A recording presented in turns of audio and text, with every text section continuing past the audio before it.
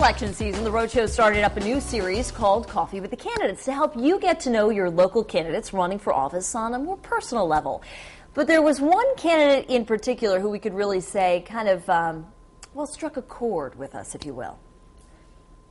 Around here, Chris Young has something of a reputation as a perennial candidate. Most recently in the running for mayor of Providence, the devout Catholic didn't make it past this year's primary. But even he may have sensed an impending loss. So I want to say to Kara, will you please marry me? Yep, that's him proposing to longtime girlfriend Kara Russo during an Eyewitness News debate. And he later told reporters they'd only marry if he won.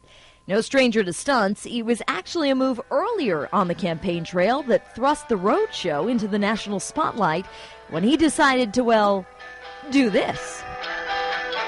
To the rich man who stands in his house high upon the hill.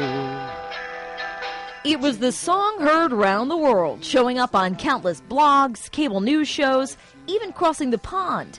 And even Gayle King called us to ask if I'd talk to her about it on her radio show. She's interviewing Chris Young, who is running for mayor in Providence, Rhode Island. And all of a sudden, she asked him a question, and Chris Young says, you know what, I'm going to sing to you, Elizabeth.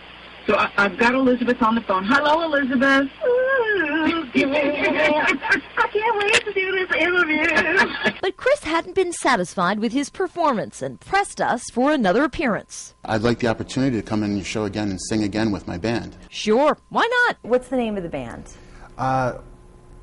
Chris Young, yeah, Christopher Young. Okay. Well, Christopher Young is your name, but the what's Disciples? That sounds good. Okay. So is that are we doing this on the fly? Chris Young and the Disciples? Me and you just created that. All right. Okay. Ladies and gentlemen, the world debut of Chris Young and the Disciples, minus the guitarist who refused to play because he dislikes corporate America.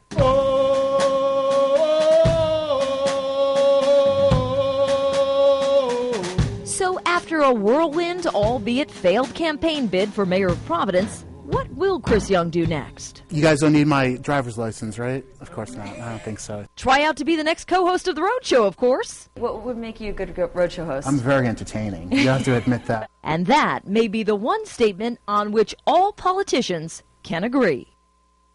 Now, no matter who your favorite candidate is, make sure you get out and vote tomorrow.